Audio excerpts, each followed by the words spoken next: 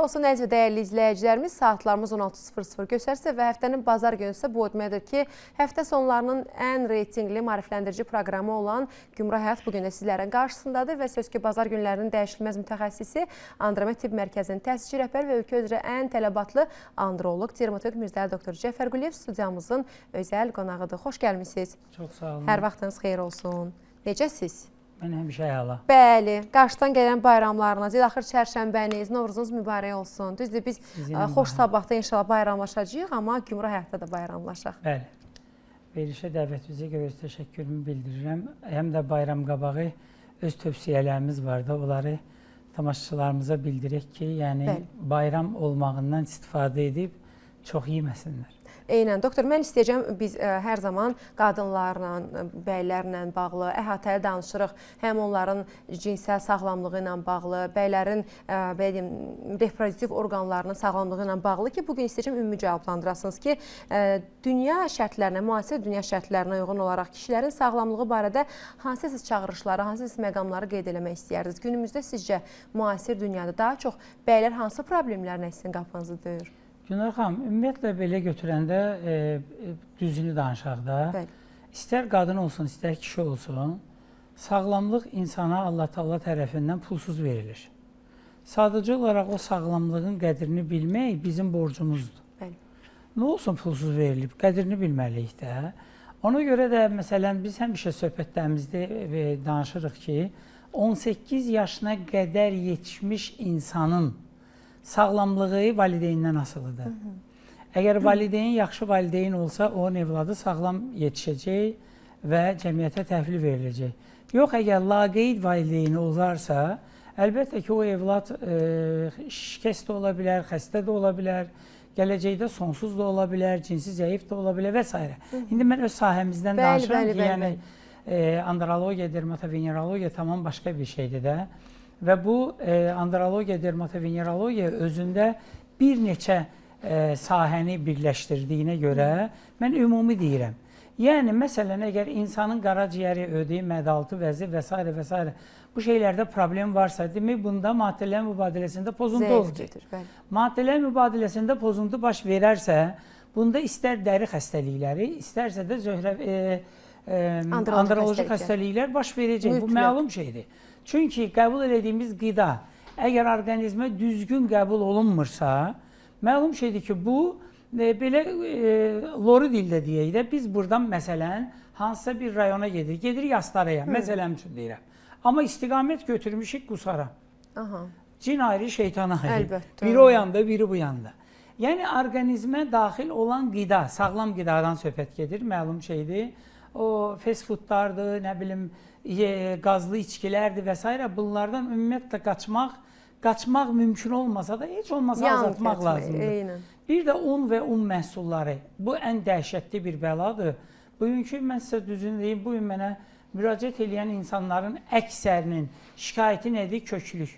Artıq çəkin. Baxın, sonsuzluqla gəlir, baxırsan oğlan nərmə, nazik, gül kimi oğlan, xanım kök, 90, 95, 100, 110 kilo sonsuzluqla gəlir. Və yaxud əksinə, qız gəlib arıq, hər şey normal, oğlan gəlib kök, spermogramma verir, pis gündə, morfoloji problemlər, nə deyəlim, maddələr mübadiləsiz pozuntusu. Görürsünüz ki, yəni, konkret demək olmaz ki, istər qadın, istər kişidə ən çox müraciət edən mənə bütün sahələr müraciət edir. Elə hamısı. Elə pis çıxmasın, vertebrologiyadan tutmuş, ta andrologiya, dermatovenerologiya, terapiya, urologiya hamısı mənə müraciət edir. Və şükür olsun Allah, hamısında müsbət müalicə edirik və öhdəsindən gəlirik.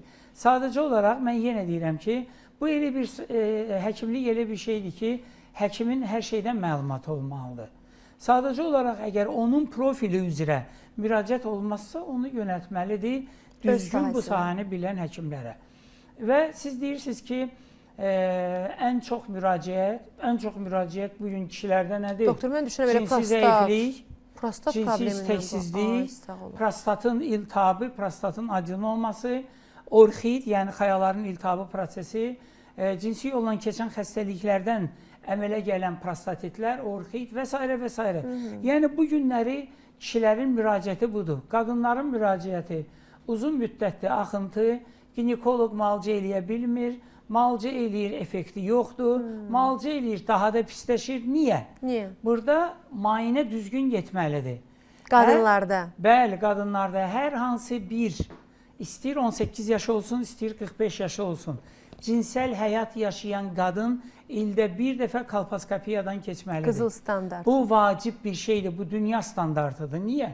Ona görə ki, gözlə görünməyən elə şeylər var ki, yəni güzgü vasitəsilə baxan ginekoloji şeylər var ki, görünmür, amma kolposkopiya vaxtı aşkarlanır. Baxın, dünyada ən çox qadınlarda olan şiş xəstə, xərçəng xəstəliyi ən çox hansılardır? Süd vəzi xərçəngləri, bir də uşaqlıq boynu xərçəngləri. Bəli, kolposkopiya zamanı uşaqlıq boynu xərçəngin ilk diaqnozu oradan başlayır. Bəli. Bunu qoyduq bir qırağa. Kolposkopiya ilə nələr məlum olur? Məlum olur, qadınlardan söhbət gedir əlbəttə. Məlum olur ki, xanımda məsələn elə sahələr var ki, o sahələr pap test verməlidir, HPV virusu yoxlanmalıdır və s. Çünki bu viruslar vaxtında yoxlanmazsa və yaxud aylıq adət halının 7-ci günündə mütləqdir ki, ultrasəs müayinəsindən keçər. Nədən? Zob, qarın boşluğu, süd vəziləri, ginekoloji. İndi deyəcəksiniz ki, nə üçün 7-ci gündə? Nə üçün? Aylıq adət halının 7-ci günündə yeganə gündür ki, qadında əgər polip varsa, polip aşkarlana bilir. Başqa 10-cu, 11-ci gündə polip aşkarlana bilmir. Ancaq 7-ci günündə. Ona görə aylıq adət halının, yəni başlayan gündən sayılır. Aylıq adət halının 7-ci günündə həm kolposkopiya və həm mən dediyim ultrasəs müayinəsindən keçməlidir ki, o xanımda nə problem varsa aşkarlansın. Məsələn, sonsuzluqla müraciət eləyir bizə. Baxıb görürük ki, 10 dənə ultrasəs müayinəsi var. Hamı keçirilib 13-14-cü gündə folikul izlənilib. Çox gözəl, əla. 7-ci günündə gedmirsən, deyir yox. Deyirəm, bəlkə polipum var, deyir yox, doktor, yoxlanmışam. Yoxlanan zaman məlum olur ki, 8 mm, 7 mm, 10 mm və s. bu insanda polip var. Polip olan qadında həyatı boyu hamiləlik baş verə bilməz. Ay, sağ olun. Görürsünüz, burada incəliklər var. Əlbəttə. Mən sizə inandırım, bizə nə qədər xəstə gəlib. Biz polipi götürmüşük, gəlib 2 aydan sonra hamilə qalır. Özündə, hə. Yəni belə şeylər olur. Və yaxud artıq çəki, xanım gəlir, məsələn, boyu 1.60, çəkisi 90-95-100 kilo. Onun hamilə qalma ehtimalı 5%-dir. Ona görə ki, qadınlarda, bilirsiniz, o deyir qadın köklüyü. Onlarda bu qarın nahiyəsində pi çox olduğuna görə eyni ilə daxili yumurtalıqlar piyin içində olur. Ona görə onlarda, mən hələ rastıma çıxmayıb ki, kök qadın olsun, onda polikistoz olmasın. Çıxmayıb rastıma. Da illərdir, 40-lə yaxındır bu sahədə sizə eynən. Vallahi indi mənim işim budur da. Olmayıb. Çünki indi orada bir dənə də nüans var. Bir var, xanım əvvəl arıq olub. Məsələn, 18-20 yaşından sonra kökəlib. Onlarda polikistoz qorxusu yoxdur çox. Amma əgər yeniyetməlik vaxtından. Amma əgər uşaqlıq vaxtından kökdürsə, o mən həmişə deyirəm, evladınızı yedizdirməyin, kökəltməyin və s. Mənim uşağım toppuşdur. Toppuşdur, sabada problemi buradan başlayır. Ona görə, məsələn, burada söhbət nədən gedir? Burada söhbət ondan gedir ki, əgər evladınızın qidasına mütləq fikir verilməlidir. Lazım deyil uşağa dava-dərman çox verəsən, amma qidasını düzgün versin. Heç dava-dərmana ehtiyac qalmayacaq. Uşağa dava-dərmana ehtiyac yoxdur. Və gələcəkdə də 18 yaşında ki, onun kamil insan kimi, istər xanım olsun gələcəyin anası, istər kişi olsun gələcəyin atası kimi sən onu cəmiyyətə təhvili verəndə, o valideyn fəxr eləməlidir ki, mən sağlam evlad yetişdirmişəm. Xəstə uşaq yox. Bilirsiniz, mən demirəm anadan gəlmə xəstəlikləri, mən demirəm. Ola bilər bizə baxan vətəndaşlar, tamaşaçılar fikirləşər ki, doktor nəyə görə bu xəstəliyini? Yox, mən anadan gəlmə xəstəliklərdən danışmıram. Hətta mən onu da deyərəm ki, anadan gəlmə xəstə doğulan uşaqların günahının özü də yeni valideynlərdir. Çünki hamiləlik dövründə düzgün təqib olunur. Hamiləlik dövründə yoxlanışlar düzgün olunur. Hamiləlikdən əvvəl. Bəli. ikincili, üçüncülü, dördüncülü test deyirlər, yoxlanılmır və yoxlanmadıqda həyata xəstə uşaq gətirirlər. Yəni bunlar göz qabağında olan bir şeydir, gündəlik rastımıza çıxan şeylərdir. Mənim borcum nədir? Mənim borcum maarifləndirməkdir. O deyir, mən deyir, daşı atıram indi kimə deyər də. Ay sağ ol. O götürən Hər öz payını götürmüş olsun. Doktor, bir məqamda var ki, bax bilmirəm bu yazla bağlıdırmı, yoxsa nədənsə dolayı son bir neçə gündə daha çox sanki müraciətlər var. Hormonların dəyişilməsi ilə bağlı. Sanki hormonlar oyanırmı deyim, yoxsa bəylərdə son dönəmlərdə testosteron səviyyəsi aşağı düşməsi halları müşahidə olunurmu deyim. Yəni ümumiyyətlə bəylərdə hormonal disbalansın yaratdığı fəsadlar və bunun müalicəsi istənilən halda varmı? Baxın. Bizdə pandemiya oldu da, Covid pandemiyası, düzdürmü? Bəli, Covid pandemiyasından sonra bizə müraciət edən cinsi zəifliyin 99%-də testosteron çatışmamazlığı əmələ gəlir. Nədir bu? Nə? Covid zamanı nə olurdu? Laxtalanma sistemində problem yaranırdı, düzdürmü? Bəli. Yəni laxtalanma tezləşirdi, xəstələrdə tromblar əmələ gəlirdi və s. Yəni ölənlərin əksəri ondan ölürdü. Tromboemboliyası. Aha. Demək, Covid zamanı ki, həmin bu problemlər yaşanırdı. Kiçik damarlar var, kapilyar damarlar deyirlər, hansı ki, xayaların qan tədrisatı ilə təmin olunan kiçik damarlar, onlar hamısı tutulur çox kişilərdə. Və xayalara gedən damarlarda ləngimə baş verəndə məlum şeydir ki, kişiyə lazım olan testosteronu demək olar ki, 65-75%-ni xayalar ifraz edir. Əgər o xayalara gedən damarlarda tutulmalar baş verirsə, bunun da nəticəsində məlum şeydir ki, cinsi zəiflik əmələ gələcək. Ona görə, baxın, bu son 3-4 ildədir də, gələn testosteron hələ mənim bir rastıma çıxmayıb ki, cinsi zəifliklə müraciət eləsin, testosteronun səviyyəsi normal olsun. Hamısında aşağı səviyyə.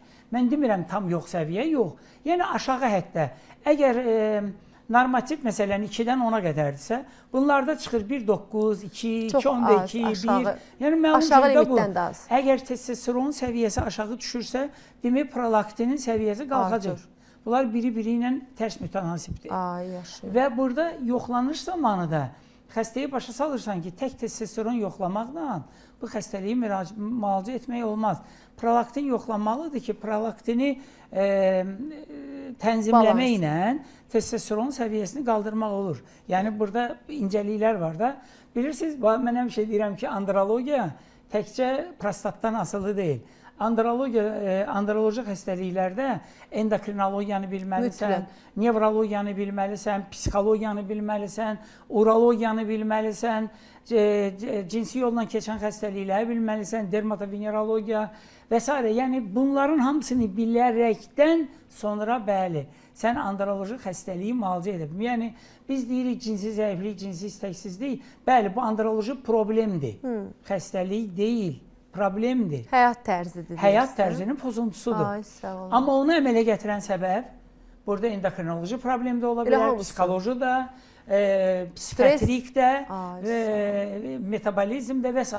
Doktor, bəs o testosteron səviyyəsini qaldırmaq üçün hal-hazırda gündəlik o dərmanlar, preparatlar və yaxud da təbii qida əlavələri deyirlər, testosteron artıcı qida əlavələri. Var mı bu belə bir reallıq və təbii vasitələr necə testosteron səviyyəsini qaldırmaq olar bəylərdə? Ataların bir sözü var, deyir quyuya su tökməklə sulu olmaz. Testosteron səviyyəsini qaldırmaq üçün onun xüsusi müalicə metodu var. Yəni kənardan testosteron verməklə də onu qaldıra bilməzsən. Sadəcə olaraq onu indi mən veriliş zamanı məlum şeydir, dərman adları var, amma çəkə bilmərəm. Testosteron səviyyəsini qaldırmaq üçün onun xüsusi müalicəsi var. İndividual. Və individual, bəli, hər bir kəsin özünə uyğun. Məsələn, əgər normativ 2.7-dirsə, bunda 2.5-dirsə bunun ayrı müalicəsi var. Əgər normativ 2.9-dirsə, bunda 4.5-dirsə bunun ayrı müalicəsi var. Yəni, testosteron səviyyəsi yaşı çoxdursa, məsələn 60 yaşı var, PSA yüksəkdir və testosteron səviyyəsi yüksəkdir. Bu o demək deyil ki, o sağlam insandır. Bunda bədxassəli şişə meyilliliyi var.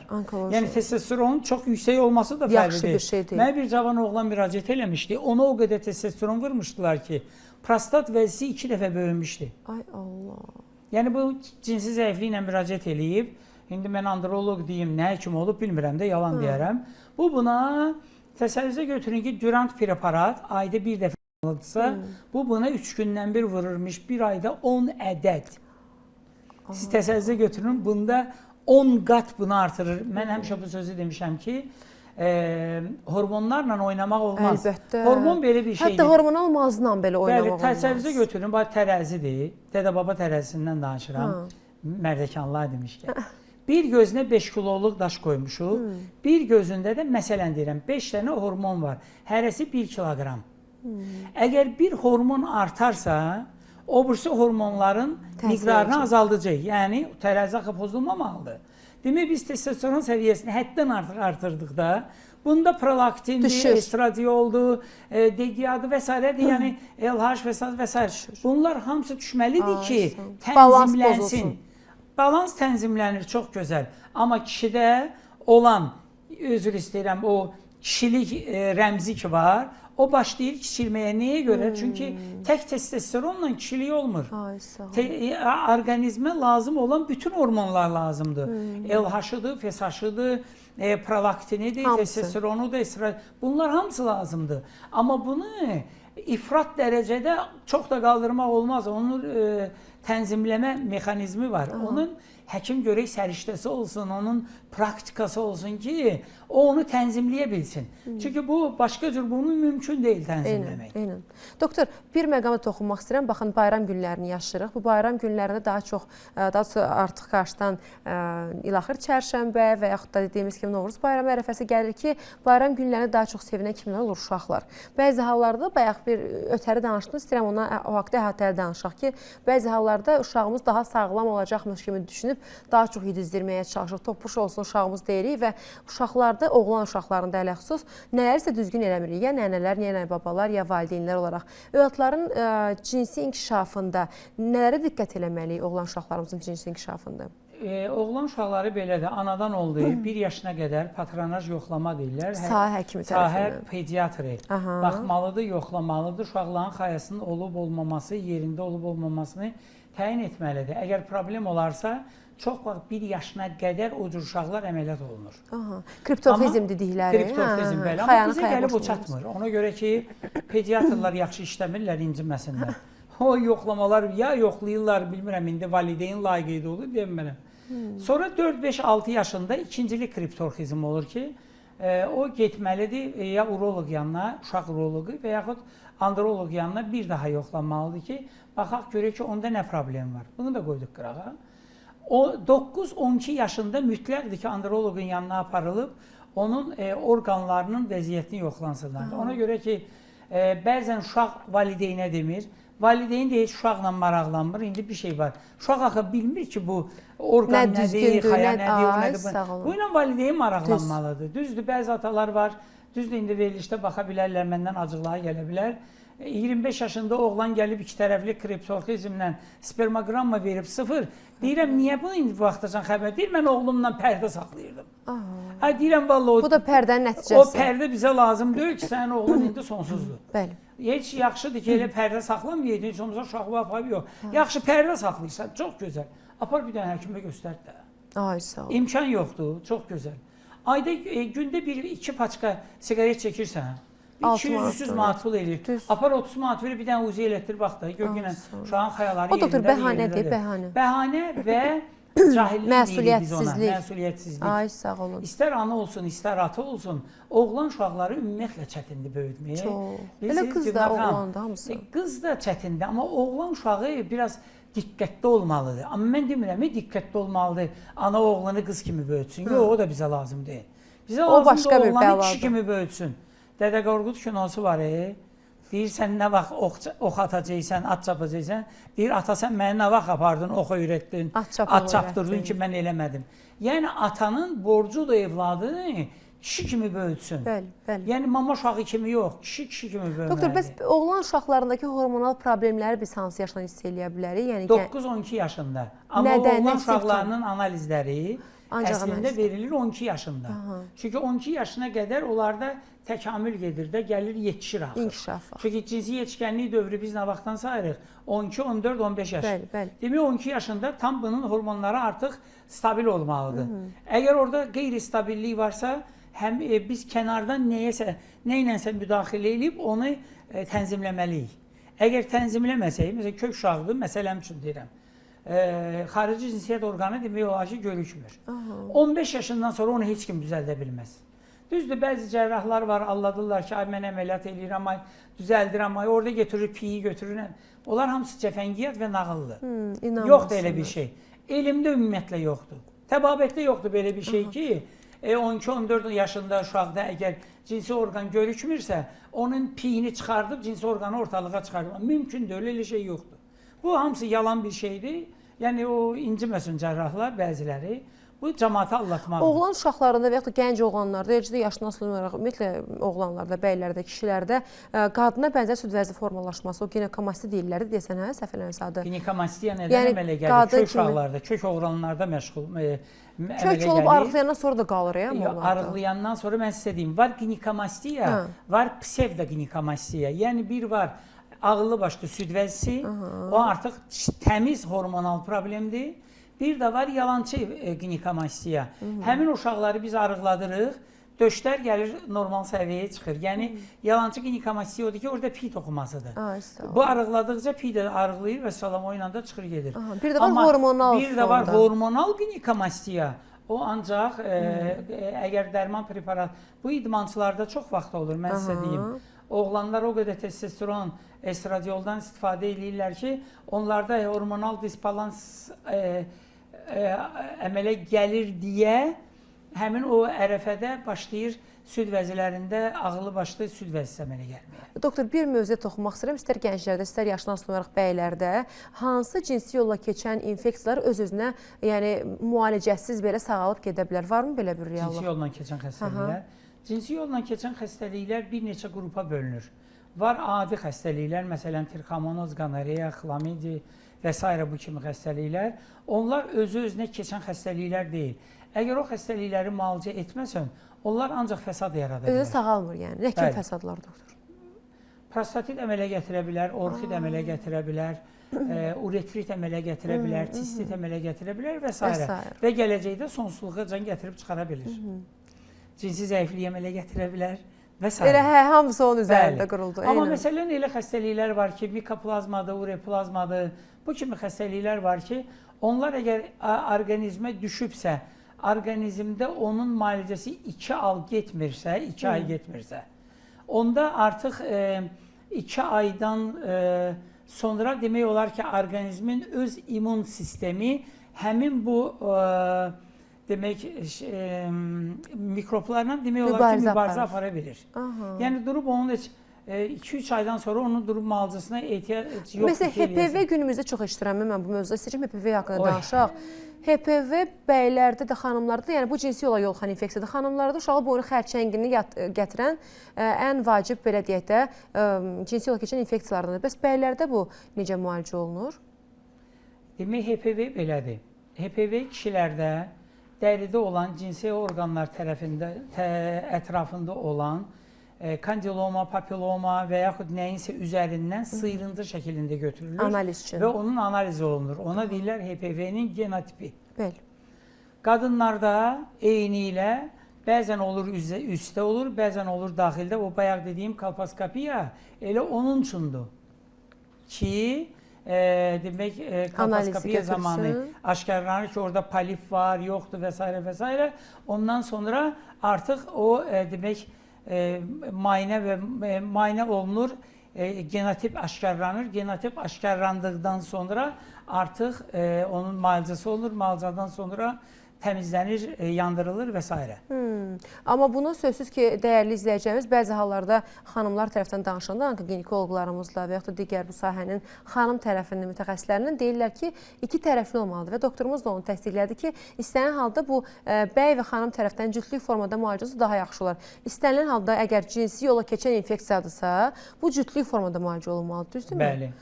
Çünki yenidən əgər birini sağalırıq, təzədən cinsi yola keçir, yenidən onda yaranırsa nə faydası? Günar xanım, mənim amma bir xəstə gəldi demək, öləcək sükülməkdən. Demək, qadında çıxardıblar, eyni laboratoriyada verib. Qadında çıxıb 16-31 genotip, kişidə çıxıb 51. Fərqli. Görürsünüz? Belə şey olur. Deyirəm ki, laboratoriya sizi səhv yoxlayıb. Ay, sağ ol. Başa düşdünüz? Eyni. Və yoxlanan zaman aşkarlandı ki, həqiqətən də səhv yoxlanılır. Çünki eyni olmalıdır axı, eyni Əlbəttə, növ olmalıdır. əgər ər arvaddan arvad ərdən yoluxubsa, demək bu eyni genotip olmalıdır. Bu qeyri-mümkündür ki, sonra gülməli nədir? Qadını güya malcı eləmişdilər, qadında sonradan 40 neçə də çıxmışdı. Gülməli bir şeydir. Həqiqətən gülməlidir. Bax, ona görə də dəyərli izləyicilərimiz, ölkə üzrə ən tələbatlı laborator müayinələrdən keçin. Hansı ki, bizim laboratoriyamız çox mükəmməl formada təşkil olunmuşdur ki, ünvanımız da Mərdəkanda Andromet Tibb Mərkəzində yerləşir. Beynəlxalq Bankın düz yaxınlığında rahatlıqla hər biriniz 050 747 57 57 nömrəsinə əlaqə saxlayıb müraciətlərinizi eləyə bilərsiniz. Doktor, qarşıdan gələn bayramlarınız təkrar mübarək. Hər zaman ömrünüz, çöhrəniz bahar təravətli olsun. Sizi çox istəyirik, sizi çox sevirik. Bütün komanda olaraq, şəxsəniz adıma, ailə olaraq hər zaman yanımızda olun, hər zaman xalqımızın yanında olun. Azərbaycan səhiyyəsinin, Azərbaycan xalqının sizə çox böyük ehtiyacı var. İnşallah uğurlarınızın ardarsa kəsilməsin. Çox sağ olun. Mən də üzümüzə gələn çərşənbəmizi, tamaşaçılarımızı təbrik edirəm. Hamıya uzun ömür, sağlam ömür arzu edirəm və can sağlığı arzu edirəm. Və dəyərli izləyiciniz, qeyd eləmək istəyirəm ki, ölkə üzrə ən tələbatlı androloq, dermatoloq Mirzəli doktor Cəfər Quliyevlə çox maraqlı bir yarım hissənin sona doğru gəldik. 050 747 57 57 sizə istiqamətləndirəcəyimiz yeganə ünvandır. Bütün suallarınızı şəxsin özünə, həmin şəxsi əlaqələrimiz vasitəsindən ünvanlaya bilərsiniz. Qısa fasiləmizə keçilərək fasiləmizdən dərhal sonra qaldığımız yerdən davam edəcəyik.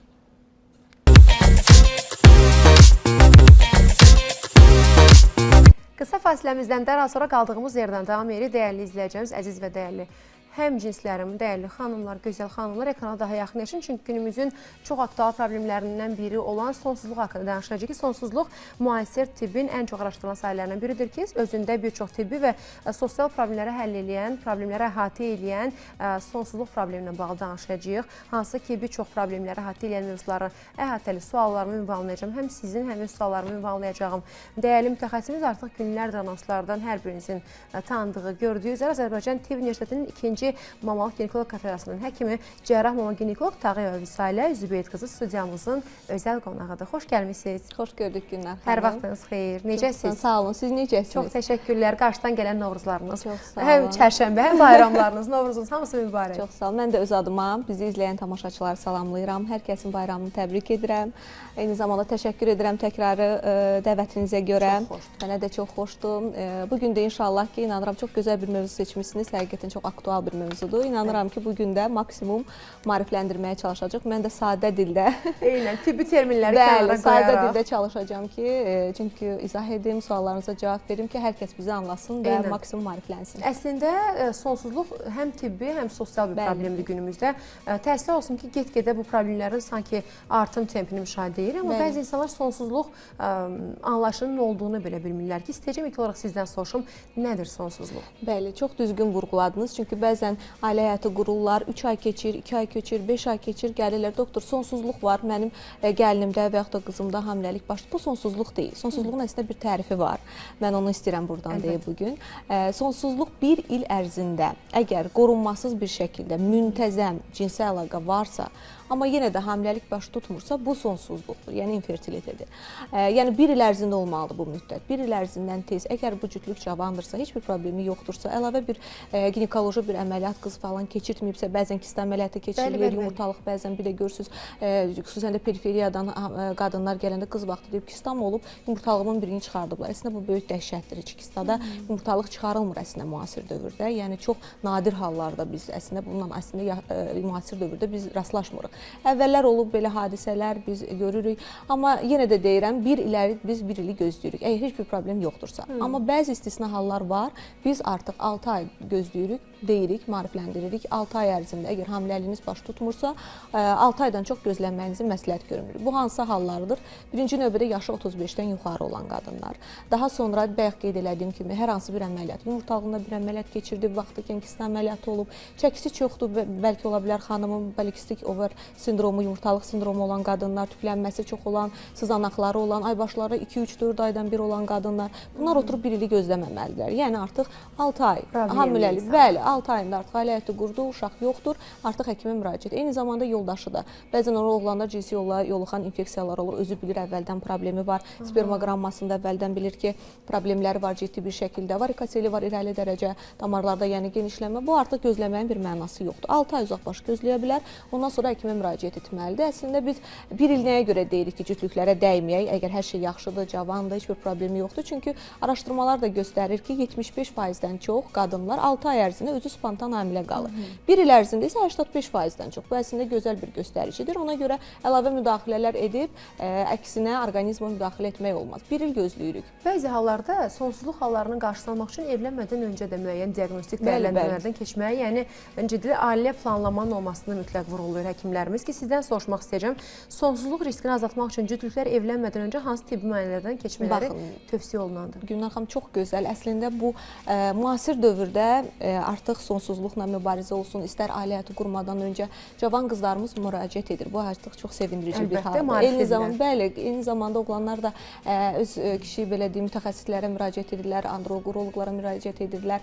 Yəni bu əslində yaxşı bir haldır. Evlənmədən öncə öz problemlərini bilirlər. Bəlkə heç problemlər yoxdur, kontrol bir müayinə etdirirlər. Bu çox yaxşı bir nüansdır. Ən azı ən əlçatan, ən belə deyim münasib ultrasəs müayinəsidir. Ultrasəs müayinədən keçirilir, yumurtalıqlara baxılır, uşaqlığa, yəni belə el arasında matka deyirlər, matkaya baxılır, yumurtalıqlara baxılır. Normalda boru görülməməlidir. Boru elə bir orqandır ki, normalda əgər patologiya yoxdursa biz ultrasəs müayinədə onu görmürük. Əgər bir patologiya varsa, orada boruda hidrosalpinks dediyimiz daxilindən maye toplanıbsa, bir patoloji bir borudursa biz onu görürük. Amma normalda biz onu görmürük. Mən buradan vurğulamaq istəyirəm mütləq bizim analarımıza, hansı ki qız analarına, mən bunu mütləq deməsəm olmaz, deməyib keçmək istəmirəm. Mütləq surətdə, xüsusən də ilk menarxidən sonra, ilk aybaşıdan sonra qızlarınızı bir dəfə bir ginekoloq qəbuluna aparın. Ən azından bir ultrasəs müayinə. Doğulu sidik hissəsi ilə üstdən biz ultrasəs müayinə edirik qız uşaqlarımızı ki, görək anadan gəlmə bir qüsur varmı, bir uşaqlığı necədir, onun yumurtalıqları necədir, bir problemi varmı? Çünki bu çox önəmlidir. Bəzən ailə həyatı qururlar, ailə həyatında gəlir ki, elə bir anomaliyalarla rastlaşırıq, elə bir qüsurlarla rastlaşırıq ki, bəli, ona görə mütləq məsləhət görürəm, xüsusən anaların üzərinə burada çox böyük məsuliyyət düşür. Mütləq surətdə məsləhət görürəm ki, bəli, müayinəyə gəlsinlər. Öncədən ailə qurmadan öncə yoxlaşdan keçmələri mütləq vacibdir. Ümumiyyətlə günümüzdə 21-ci əsrdə yaşayırıq və 21-ci əsr dünyada psixologiya əsri kimi elan olunub. Hər bir şey psixologiya ilə əlaqələndirilir, stresslə əlaqələndirilir ki, bu xüsusilə sizdən soruşmaq istəyəcəm. Şəxsi təcrübələrinizi bizimlə bölüşəsiniz istəyəcəm. Şəxsi təcrübənizdə nələri yaşamısınız, nələri müşahidə eləmisiniz? Hansı ki, sonsuzluq yaşayan qadınlara istər qohumları, istər ailə üzvləri, istər cəmiyyət tərəfindən psixoloji baskılar, psixoloji sorğu-suallar, narahatçılıqlar çoxmu olur? Əslində olur, bəli. Mən düşünürəm ki, məsələn, pasiyent ki, biz bilirsiniz, sonsuzluq elə bir problemdir ki, biz bununla pasiyentlə çox ünsiyyətdə oluruq. Tək pasiyentlə yox, onun yoldaşını maarifləndiririk, ona başa salırıq. Anası gəlir, qaynanası gəlir, bəzən sülalə şəklində qohumu gəlir, bibisi gəlir, xalası. Bir növ doğmalaşırıq əslində, bir müddət gediş gəlir, baxırıq və hər zaman onlara mən deyirəm ki, təkid etməyin. Psixoloji olaraq mütləq surətdə insan, qadın orqanizması xüsusilə bir tərəfdən onsuz hamiləlik baş tutmur, stres içərisində mütləq artıq suallar olmamalıdır. Nə zaman hamiləlik olacaq? Bu aydanmı alınmadı? Nə bilim, bu suallar hamısı onu çünki qadın orqanizmi robotik bir, yəni robot deyil, robotik bir orqanizm deyil. Burada tək hormonlarımız, tək deyim laborator analizlər xeyr. Psixoloji olaraq qadın beyni sakit olmalıdır ki, o hamiləliyi, özünü hamiləliyə hazır hiss eləsin, gərgin olmasın. Ona görə də mütləq burada həm həyat yoldaşlarına çox böyük yük düşür bu periodda, müalicə periodunda, istər müayinə periodunda, həm də ətrafdakı böyüklərə çox böyük rol düşür. Bayaq biz sosial mövzulardan danışdıq. Mən düşünürəm, sosial mövzulardan biri cəmiyyət olaraq qadınlarımızın daha çox karyeraya meylənməsi və karyeraya meyləndikləri zaman ailə qurmağı yaşını biraz daha irəli yaşlara gətirmələridir ki, indi günümüzdə əksər qadınlar, əksər xanımlar, təbii ki, hər biri yox, əksər xanımlar 30-35 yaş üzəri ailə qururlar və ilkin hamiləlikləri də bu yaş təsadüf edir deyə müəyyən sonsuzluq halları da o yaşlı xanımlarda daha çox artır. Elə bu xüsusda istəyirəm, yaş faktorunun sonsuzluğa təsiri haqqında da əsas məqamları qeyd edirsiniz. Ümumiyyətlə çoxdur. Əvvəllər deyirlər ki, xarici ölkələrdə əslində gec ailə quranlar çoxdur, çünki karyeraya meyilli olanlar. Amma hal-hazırda müasir dövrdə bizə də çox rast gəlinib bundan. 30 yaşında, 35 yaşında ailə quranlar. Bəzən olur ailə qurur, amma deyir hələ uşaq tezdir, uşaq istəmirik, bəzi nüanslar var, bəzi problemlər var. Amma mən o pasiyentlərə mütləq, mən bunu deməsəm olmaz, mütləq deməliyəm ki, hal-hazırda müasir dövrdə yumurtalıq dondurma kimi, yəni yumurta dondurma kimi bir bizim əlimizdə müasir bir texnologiya var. Hansı ki, biz bununla nə edirik? 30-lu yaşda yaşlarda keyfiyyətli, çünki biz yaş artdıqca yumurtalarımız, necə ki özümüz qocalırıq, necə ki saçımız ağarır, dərimiz qırışlanır, eyni ilə də bizim yumurta hüceyrələrimiz qocalır. Həm say olaraq biz onu itiririk, hər il biz onu xərcləyirik, say olaraq onu itiririk, həm də keyfiyyət olaraq. Ona görə 30-lu yaşlarda yumurta dondurmağı məsləhət görürəm mütləq surətdə. Hardasa artıq 35-40 yaşında, yəni nə zaman ailə quracaqsa və yaxud da nə zaman uşaq istəyəcəksə, ondan istifadə edəcək və çox rahatlıqla da inşallah başqa bir problemi olmazsa hamilə qalacaq. Ona görə mütləq bu nüansları nəzərdə saxlamaq lazımdır. Yəni məsləhət görürəm. Yaş faktorunu danışdıq. Bəs sonsuzluğa təsir edən və az danışılan mövzulardan hansıları əsas qeyd edərdiniz? Ümumiyyətlə az danışılan, əslində sonsuzluq çox danışılır. Hər illər boyu bu mövzu elə bir mövzudur ki, bu problem illər boyu cütlükləri narahat edir və hər kəs də bu haqqda danışır. Ancaq mən bir nüansı demək istəyirəm. Çox vaxt pasiyentlər yanıma gəldiyi zaman mən soruşuram, bu yaxınlarda bir pasiyentim var idi, 5 il, 6 il sonsuzluğu var. Deyirəm, hansı müayinələrdən keçmişsiniz? Deyir ki, mən soruşuram, boru yoxlanıb, xeyr, borunu yoxlamamışıq. Boru yoxlanışı olmadan təbii yolla hamiləlikdən biz, yəni əgər boru bağlıdırsa, təbii yolla hamiləlikdən biz burada söhbətlə gedə bilmirik. Çünki hamiləliyin baş verməsi üçün kişi cinsi hüceyrəsi ilə qadın cinsi hüceyrənin qovuşması məhz boruda baş verir. Yəni mən indi bunu qısaca sizə demək istəyirəm. Birinci növbədə bəzən mənə çox suallar gəlir. Doktor, mənim yumurta folikulum yetişir, partlayır. Mən niyə hamilə qalmıram? Yəni bilməlidirlər ki, burada bir nüans deyil, kompleks şəkildə olmalıdır. Birinci növbədə folikul yetişməlidir. Yəni bu hormonal balans və s. folikul yetişdi. İkinci növbədə o folikul partlamalıdır, normal zamanında partlamalıdır. Üçüncü növbədə kişi faktoru artıq burada rolu var ki, normal, sağlam spermogramması olan, spermləri olan deməli sperm yaxşı olmalıdır. Bu üçüncü faktordur. Dördüncü faktor isə, bəli, dördüncü faktor isə borular açıq olmalıdır və keyfiyyətli olmalıdır ki, o boruda qadın cinsi hüceyrə, həmin bu yumurta hüceyrə partladı ki, o ovulyasiya getdi, o yumurta hüceyrə ilə həmin bu kişi cinsi hüceyrə qovuşur məhz boruda. O keyfiyyətli olmalıdır, həmin boru keçirici olmalıdır. İllər öncəsində boru keçiricini yoxlamaq üçün belə deyim, hər hansı bir müayinə metodikası yox idi. Bəli. Düzdürmü? Çünki məsələn mən 5 il, 6 il əvvəlki efirlərimizdə ginekoloqlarımıza sual verdim, deyirdilər ki, yoxdur. Amma son 1-2 ildir çox da gözəl innovativ yeniliklər var Azərbaycanda. Sizin sayənizdə, sizin gətirdiyiniz metodikalar sayəsində. Bu xüsusi sizdən soruşmaq istəyirəm. Ümumilikdə adətən qadınlarda sonsuzluq halı baş verdiyini diaqnostikası üçün hansı müayinələrdən keçməyə vacib hesab olunur? Bilirsiniz, əslində var. Rentgen inkişaf etdikcə bu müayinə metodu histiosalpingografiya deyilir bu müayinə metoduna, boruların yoxlanışıdır. Bu əslində elə bir ağırlı bir prosedur deyil, lakin bəzi hallarda, hansı ki çox həssas olan, çünki hər kəsin ağrıya olan reaksiyası bir deyil. Ancaq bəzi hallarda var ki, elə hallar var ki, bu zaman qadınlar çox ağrını kəskin şəkildə hiss edirlər. Təbii ki, biz ağrısızlaşma altında da bu proseduru eləyə bilirik. Rentgen altında biz aşağıdan bir maye vururuq uşaqlıq daxilinə və əgər borular, bəli, bu borular keçirdirsə, rentgenin də altında biz onu görürük ki, borular keçirdi, bir boru keçirir və yaxud hər iki boru keçirir. Amma mütləq onu vurğulamaq istəyirəm. Çox vaxt pasiyent gəlir, doktor, mən müayinə olundum, dəhşətli mənim ağrım oldu və borularım keçirmir, məni artıq süni mayalanmaya yönləndirirlər. Bu da doğru bir şey, bəli. Əslində bu da doğru bir şey deyil. Çünki bu orqanizm o qədər gərgin olur. Çünki bayaq dediyim kimi çox vaxt qadınlar var ki, ağrıya heç dözümü yoxdur. Onları məsləhət görürəm ki, ağrısızlaşma altında olurlar. Çünki spazm ola bilər. Açıq olan boru bizə bağlı kimi bizə görünə bilər. Ona görə mütləq surətdə ya ağrısızlaşma altında edirik, ya başqa bir səbəbdən laparoskopiya etdiyimiz zaman o zaman boruları yoxlayırıq və çox zaman görürük ki, bəli, bu borular əslində heç bağlı deyilmiş, açıq imiş.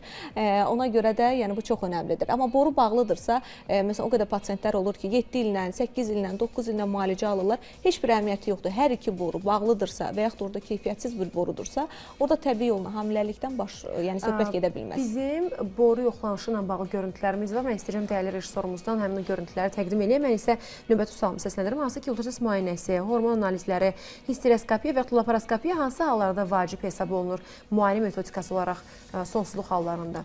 Ümumiyyətlə burada müayinə üsulları, müasir müayinə üsulları əslində çox belə deyim təkmilləşmişdir. Təbii ki, ən təməli ultrasəs müayinə ilə başlayırıq. Ultrasəs müayinədə əgər hər hansı bir problem görürüksə, ola bilər, bəzən polip olur, miom olur uşaqlıq daxilində. Təbii ki, biz bunu çıxarmaq məsləhət. Listeroskopiyada biz o zaman müraciət edirik ki, kamera altında belə deyim, uşaqlıq daxilinə, yəni matkanın daxilində olan nəzarət edirik kamera ilə və onun daxilində olan həmin bu polipdir, miomadır, nədirsə biz onu xaric edirik. Bəli, çünki həm uşağın ora tutunmasına manelik törədə bilir, həm də uşaq orada böyüdüyü zaman, hamiləlik müddəti artdığı zaman düşüklərə də səbəb olur. Ona görə məsləhət görürük ki, o təmizlənsin. Bundan başqa ultrasəs müayinə əlbəttə ki, bayaq da qeyd etdiyim kimi ən təməl müayinə üsullarındandır. Ən təməl, ən gözəl müayinə üsullarındandır. Əgər orada hər hansısa bir bu laparoskopiyadır indi hal-hazırda gördüyünüz, bəli. Ola bilər ki, bəli, hazırlıq prosedurudur. Bəli, hazırlıq prosedurudur. Bəzən bir xəstə vardı, bu yaxınlarda bir pasiyentim mənə müraciət eləmiş, doktor 7 santimetrlik kistamız var, bunu əməliyyat deyiblər. Mən onu müalicə etdim. Əməliyyatsız biz onu müalicə etdik. O kista soruldu, bəli. O kista soruldu. Çünki bayaq onu mən qeyd etməsə, hər kista əməliyyatlıq deyil. Bunu vurğulamaq istəyirəm mən. Və o soruldu, amma burada bir faktoru da demək istəyirəm. Burada bu sonsuzluq müalicəsində qaynanaların üzərinə, oğlanların üzərinə də çox şey düşür. Mən yoldaşına bir adi spermoqram analizini verdirə bilmirdim. Əslində biz sonsuzluq müalicəsinə başladıq. Tək biz yox, bəli, cütlük bütün dünyada ən asan olan kişinin bir spermoqramma verməlidir. Çünki həm daha ucuzdur, həm də kişi bir dənə spermoqramma ilə bizim artıq təsəvvürümüz yaranır ki, burada hər şey yaxşıdırsa biz artıq əlavə bir şey kişidən istəmirik, demirik. Əgər problem varsa biz onu mütəxəssisə göndəririk. Yəni kiçik bir adi, sadə bir analizdir. Ona inanırsınız bir neçə ay verdi. Axırda dedim ki, gəlməyəcəksiniz o zaman yana. Deyin ki, doktor qəbul eləməyəcək. Getdi analizi verdi və çox bərbad şəkildə gəldi onun analizinin cavabı. Mən onu mütəxəssisə göndərdim. Cəmi 2 ay müalicə aldı. İndi 3 aylıq hamilədir qız. Yəni dediyim odur ki, qaynanalar da, oğlanlara da çox burada şey düşür. Bəli, yəni tək qız müalicə alsın, tək qız müayinə olunsun, bu da doğru bir şey deyil. Mütləq cütlük şəklində müalicə olunmalıdır. Bəs deyəcəyim informasiyalar, hansı ki endометrioz, polikistik yumurtalıq sindromu, polikistik over sindromu da deyirlər buna. Uşaqlıq borularının tıxanıqlığı sonsuzluğun əsas səbəblərindəndir deyə başlıqlar qeyd olunur ədəbiyyatlarda. Bu patologiyaların erkən aşkarlanması necə ola bilər? İstər endometrioz, istər polikistik over sindromu, istər boruların keçicini bayaq danışdıq. Bəli, bəli. Digərləri bəli. Bu endometrioz elə bir patologiya, elə bir xəstəlikdir ki, yumurtalıqlarda biz ona rast gələn endometrioma deyirik kistasına. Hansı ki o kista müəyyən müddət ölçüsü böyüdükcə o başlayır kista belə deyim yumurtalıqları yeməyə, onun over rezervinin miqdarını, rezervini azaltmağa. Eyni zamanda hansı əlamətləri görə bilərik? Aybaşdan öncə ləkələr olur, tünd rəngdə ləkələr olur, ağrılar olur, aybaşlar ağrılı olur, bu əlamətlər olur. Polikistik yumurtalıq sindromunda da əksər hallarda biz ultrasəs müayinədə, yəni burada əsas əlaməti nədir polikistik yumurtalıq sindromu? Qadın anovulyator sikllər görür. Yəni ovulyasiyası getmir, folikul normal şəkildə böyüyüb, yəni bir folikul böyüsün, çatlasın. Belə deməli olmur. Yəni burada patoloji vəziyyət olur. Kiçik-kiçik poli sözünün mənası çox deməkdir. Kiçik-kiçik polikistik, yəni kiçik-kiçik belə muncuq şəklində ultrasəs müayinədə biz görürük törəmələr olur. Qanda hiperandrogenemiya olur. Qadında hirsudizm deməli müşahidə oluna bilir. Deməli sızanaqlar olur, saçı tez yağlanır, dərisi yağlanır. Yəni bu əlamətlər bəli, saçı tökülür, aybaşlar pozulur, 2-3 ay, 4 aydan bir aybaşı görür. Bu əlamətlər artıq varsa təbii ki, artıq bəzən gedirlər kosmetoloqa müraciət edirlər. Kosmetoloq deyir ki, bu sızanaqlar bizlik deyil, siz ginekoloqa müraciət edin. Çox vaxt bəli, polikistik yumurtalıqlar sindromunda hətta çox belə deyim ki, hal-hazırda həm müraciətlər çoxdur bununla bağlı. Mən hər zaman deyirəm, bəli, çoxdur. Mütləq nə etmək lazımdır? Bir onu da mən icazənizlə kiçik həşiyə çıxmaq istəyirəm. Mütləq polikistik yumurtalıq sindromu olan qızlarımızda çox vaxt artıq çəki ilə müşahidə olunur. Yəni onunla paralel gedir bu problem. Çəkinizi azaltsanız, yəni bu ədəbiyyatda da var, 5-10% çəki azalarsa, həm sizin aybaşlarınız normaya düşəcəkdir, həm siz çox spontan, yaxşı müalicəsiz, siz hamilədə qalacaqsınız. Ona görə də və yürüyüş çox önəmlidir, gəzinti. Bütün bizim sistemimiz işləyir, hərəkət sistemi işləyir, beynimiz işləyir, çəki atmamıza bizə kömək edir. Ona görə gündə ən az 10 min addım etmək lazımdır. Artıq yazda gəlib bəhanə də eləməyə. Çox gözəl. Ona görə hər zaman məsləhət görürəm, xəstəyəm deyib dərman atmayacaqsınız.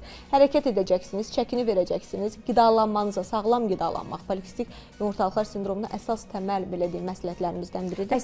Sağlam qidalanın. Polikistik over sindromu çox əhatəli mövzudur. Mən hətta xahiş edəcəm sizdən ki, önümüzdəki zamanlarda mütləq polikistik overlə bağlı çox sayda müraciətlər olur bizə. Və baxırıq ki, qızlarımızda həddən ziyadə artıb. İndi dediyiniz kimi kiloya bağlıdırmı, yoxsa həyat rejimimizlə bağlıdırmı? Yəni o dirək yazıcıda ya əvvəldən var bu cür problemlər və sizin kimi dəyərli peşəkar mütəxəssislərimiz sayəsində bunun həlli yolunu tapsaq, gələcəkdə uşaqlarımız, qızlarımız anoma riski kimi də olmama riski kimi də problemlərlə rastlaşmaz. Bu xüsusda bayaq danışdığımız boru yoxlanışlarından və görüntülərimizdə izlədik. Bəzi hallarda biz çox eşidirik, hansı ki, adi sosial mühitimizdə ki, məndə sonsuzluq halı var idi, borularımı açdırdım, sonra hamiləlik oldu. Yəni, boru yoxlanışları və borunun açılması, borunun təmizlənməsi, bu belə deyim, bağlamış borunun açılması effektiv verirmi? Yəni, effektivliyi varmı? Bayaq mən elə qısa ondan əslində dedim ki, bəzən biz borunu bağlı bilirik, amma sonra biz onu anesteziya altında, yəni sakitləşdiricidə ya biz elə rentgen altında baxanda qısaca bir 5-6 dəqiqəlik yatır, o şəkildə biz boruları yoxlayır, görürük ki, əslində açıq imiş. Çünki spazm o qədər gərgin olur ki, qadın, ona görə bir müayinəyə görə, xüsusən də ağrısızlaşma altında olmadan, bir müayinəyə görə demək olmaz ki, borularım bağlıdır, get süni mayalanmaya. Çünki borular həqiqətən hər ikisi bağlıdırsa, həqiqətən bağlıdırsa, bunun sadəcə bir çarəsi var, ekstrakorporal mayalanma, yəni süni mayalanma. Çünki mayalanma boruda getdiyinə görə bağlı borunu, bəli, indi qeyd eləyəcəm. Çünki bağlı borunu əslində açmaq, həqiqətən bağlı boru varsa, bunu əslində açılır. Yəni mikrocərrahiyyə nənəsi bu da mümkündür. Sadəcə borunun daxili epiteli o qədər həssasdır ki, o açılandan sonra da ya onun peristaltikası zəif olur, ya orada boru hamiləlik olur, ya hamiləlik ümumiyyətlə baş tutmur, mayalanma baş tutmur. Keyfiyyətsiz olur həmin açılmış boru. Ya da ki, peristaltikası zəif olur, o artıq mayalanma olandan sonra da orada peristaltika ilə uşaqlığın daxilinə ötürülməlidir. Doğru dildə desəm, matkanın içinə uşağı ötürülməlidir ki, ora matkanın içinə tutunsun uşaq. Yəni bu zəif olduğuna, keyfiyyətsiz boru olduğuna görə bu prosesi edə bilmir. Boruda ilişir qalır, olur boru hamiləliyi. Ona görə mən məsləhət görmürəm. Əgər həqiqətən boru bağlıdırsa, o mikrocərrahiyyə və sair üsulla açılmağa məsləhət görmürəm. Həqiqətən bağlıdırsa, bayaq qeyd etdiyim kimi, burada spazm falan deyilsə, həqiqi bağlılıq varsa, hər iki borunu belə deyim ki, ekstrakorporal mayalanma, yəni süni mayalanmaya vaxt itirmədən getməlidirlər. Bəs ekstrakorporal mayalanma və aşılama bu ikisinin əsas fərqi, çünki günümüzdə səhv salan insanlar da olur. Xanımlar bəzən gəlir ki, məndə ekstrakorporal mayalanma və yaxud da aşılama olsun, yəni bilmirlər nəyin, hansı prosedur olduğunu.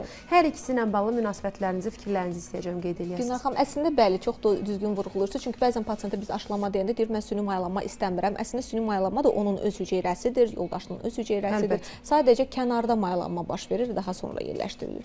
Aşılama isə tamam başqa bir şeydir. Yəni bu süni mayalanma deyil. Ondan öncəki bir etapdır və aşılamada birinci mən aşılamadan deyim bir-iki kəlmə ki, burada əsas faktor kişi faktorudur. Yəni kişidə spermogrammasında bir problem varsa, əgər orada spermanın hərəkətliyində bir problem varsa, zəif hərəkətlidir və yaxud da ki, spermanın belə deyim ümumi miqdarı azdır. Bu zaman burada yəni kişi faktorunda olan səbəb varsa, qadında hər şey yaxşıdır, hormonları normaldır, yumurtalıqlarında normal folikul böyüyür, yetişir, partlayır, boruları açıqdır. Çünki burada təbii hamiləlikdəsində bu süni mayalanma deyil, aşılama. Qadında hər şey normal olmalıdır, çünki yenə mayalanma boruda gedəcək. Ancaq kişi analiz, belə deyim, laborator şəraitdə həmin spermalar seçilir. Ən hərəkətli olan, ən keyfiyyətli olan, yaxşı olan spermalar belə nazik bir kateter vasitəsilə, sanki spiral qoyurmuşcasına, nazik bir kateter vasitəsilə biz uşaqlığın daxilinə, matkanın daxilinə yerləşdiririk 1-2 dəqiqə ərzində. Yəni bu spermalar cinsi əlaqə yolu ilə deyil də, həmin o kateter vasitəsilə hazır laboratoriyada işlənmiş, toplanmış, keyfiyyətli spermalar kateter vasitəsilə uşaqlığın daxilinə yeridilir. Burada effektivlik hardasa 10-20% hesab olunur. Amma dediyim kimi, yəni borular açıq olmalıdır, ovulyasiya getmiş olmalıdır, uşaqlığın daxili qatında şərait olmalıdır ki, hamiləlik baş versin. Amma süni mayalanma ayrı bir şeydir. Yəni süni mayalanma artıq hər iki tərəfdən bəli, süni mayalanma odur ki, əgər qadında hər iki boru nə zaman biz gedirik? Əgər hər iki boru həqiqətən bağlıdırsa, biz burada edə biləcəyimiz bir şey yoxdur, deyirik süni mayalanma məsləhət görülür. Yaş 40-dan və yuxarıdırsa, over rezervi çox aşağıdırsa dediyim kimi, hamiləlik baş tutmur, illərlə müalicə alır, aylarla, illərlə dərman preparatları qəbul edir, hamiləlik baş tutmur. Və yaxud da ki, 2 maksimum 3 aşılama proseduru eləyir, yenə də heç bir şey əldə edə bilmir. Bu zaman biz ekstrakorporal mayalanmaya bəli məsləhət görürük və yaxud da ki, borular ola bilər, borular o qədər şişkin olur, gitrosalpinks olur, daxilində mayıl, keyfiyyətsiz boru olur artıq. Onu xaric edib ondan sonra ekstrakorporal mayalanma. Çünki gitrosalpinks varsa, borularda iltihab varsa, maye varsa, o onunla bərabər hamiləlik adətən baş tutmur. Hamiləlik baş tutsa da onun daxilində olan maye daima damcı şəkildə uşaqlığın matkanın daxilinə gedir ki, bu da hamiləliyin sonlanmasına düşüklərə gətirib çıxarır. Bəzən heç bir analizlərdə problem olmadı. Yəni bütün analizlərdə hər şey qaydasında, heç bir problem yoxdur.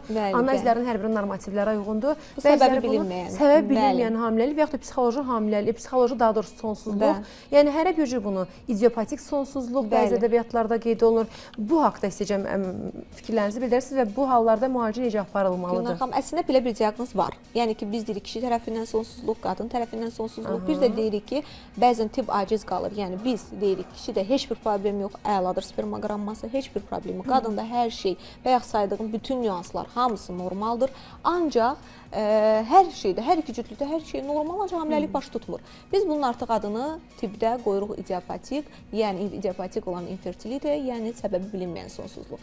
Mən bilirsiniz, bəlkə də eşitmisiniz, mən bunu mütləq deməliyəm. Mənim də elə olub, elə pasientlərim, bayaqki söhbətə qayıdıram ki, baskılar, qohumların, evdə ananın, mamanın, qaynananın baskısı, psixoloji olaraq qadın çox rahat olmalıdır. Bəzən olur ki, illərlə qadın müalicə alır, deyirsən ki, heç bir problemi yoxdur, səndə səbəb bilinməyən sonsuzluqdur. İllərlə qadın müalicə alır, deyir artıq mən yoruldum, heç bir müalicə almaq istəmirəm. Kəsir müalicəni, normal öz həyatını yaşır, 1-2 aya özü spontan hamilə qalır. Yenə də nədir? Psixoloji faktor çox böyük rol oynayır. Bəli, çox böyük. Və yaxud da o qədər pasientlər olub ki, gəlir deyir, doktor, mən neçə illər müalicə aldım, axırı süni maylanma elədilər. Süni maylanmadan sonra öz uşağımız oldu, süni maylanma ilə övladımız oldu. Uşağın heç bir yaşı yox idi, mən yenə hamilə qaldım. Özü spontan. Başı qarışıq artıq beynindən çıxardır. Bəli, həqiqətən də belə faktorlar var. Ona görə də baskı olmamalıdır və beyin sakit olmalıdır. Bəli. Ümumiyyətlə, bahar yeni nəfəsdir, yeni təbiətin oyanışıdır və çoxlarının arzusudur. Allah arzulayan, istəyən hər kəsə uşaq sahibi olmaq qismət eləsin. Bütün evlərdən uşaq səsi gəlsin. Hər zaman Allah sağlam övlad dünyaya gətirməyə qismət eləsin və sağlam şəkildə yetişdirməyə hər birimizə qismət eləsin ki, hal-hazırda ekran qarşısında sizi izləyən, bizi izləyən və övlad sahibi ola bilməyən izləyicilərimiz üçün, xanımlar, bəylər, ailələr üçün nə tövsiyə eləyərdiniz? Mən qısa şəkildə onu demək istəyirəm ki, heç vaxt ümidlərini itirməsinlər. Həqiqətən də tibb o qədər inkişaf edib ki, sadəcə doğru şəkildə, zamanında, doğru bir müayinə və müalicə ilə mən düşünürəm ki, hər kəs valideyn ola bilər. Və bu yaxınlarda, elə bu ay mən 4 xəstəm pasientimdən hamiləlik xəbəri almışam. Həqiqətən də, hansı ki, inkişafdan qalmış hamiləlikləri olurdu, çoxlu, bu tamam ayrı bir mövzudur. Biz onun üzərində işlədik. Belə sonsuz pasientlər var idi. Həmin dediyim kimi, psixoloji gərgin olan pasientə biz psixoloji dəstək də alırdıq və həqiqətən beyni sakit olduqdan sonra inkişafdan qalmış hamilədə bəzi müdaxilələr biz etdik ondan sonra, yəni doğru bir yolu tutduqdan sonra və psixoloji olaraq da qadına dəstək olduqdan sonra burada yoldaşına, ailə üzvlərinə çox böyük məsuliyyət düşür. Mən düşünürəm ki, hər kəs valideyn ola bilər. İnşallah da hər kəs valideyn olar. Yəni mən ümid edirəm və arzu edirəm. Mən düşünürəm ki, bir ginekoloqun ən çox sevincli anlarından biridir ki, sonsuzluqla müraciət edən pasientinin o hamiləlik testi cavabını göndərməsi. Çox. O gözəl xəbər ünvanlaması həkiminə. İnşallah bu yeni mövsümdə, yaz mövsümündə sizə bol-bol yeni gözəl xəbərlər eşitməyinizi arzulayıram. İşləriniz çox uğurlu olsun. Hər zaman özlərinizə çalışırsınız. Nə qədər də müəyyən zirvəyə nail olmuş olsanız belə, hələ də özlərinizə çalışırsınız ki, daha yaxşı, daha mükəmməl işlər qoyasınız ortaya. İşləriniz uğurlu olsun. Ömrünüz hər zaman yaz-bahar təravətli olsun. Təşəkkürümüzü bildiririk dəvətimizi qəbul edib gəldiyiniz üçün və proqramımızı daha da gözəlləşdirdiğiniz üçün. Bugün sayənizdə mən özüm belə illərdir bilmədiyim məqamları öyrənmiş oldum. Dəyərli izləyəcəyimiz, mən hər zaman qeyd edirəm ki, hər birimizin tibbi təhsili olmaya bilər, amma hər birimiz tibbi maariflənməliyik ki, problemlər də olmasın. Vaxtında, öncədən nə qədər tez müdaxilə eləsək, bir o qədər problemlərin öhdəsindən lazımi vaxtda, lazımi yerdə gələ bilərik ki, dəyərli izləyəcəyimiz. Qeyd etmək istəyirəm ki, bugün Azərbaycan Tibb Universitetinin 2-ci Mamal Ginekolog Kafedrasının həkimi, cərrah mama ginekoloqumuz Tağıyeva Vüsalə Zübeyət qızı ilə çox maraqlı bir efrimizin sonuna doğru gəldik. 050 705 71 77 doktorumuzun əlaqə nömrəsi istər rahatlıqla, istər sosial şəbəkə üzərindən, istərsə də əlaqə nömrələri vasitəsilə əlaqə saxlayıb müraciətlərinizi eləyə bilərsiniz. Bu günlük, bu həftəlik bu qədər. Özünüzə və sağlamlığınızdan müğayət olun. Xudahafiz.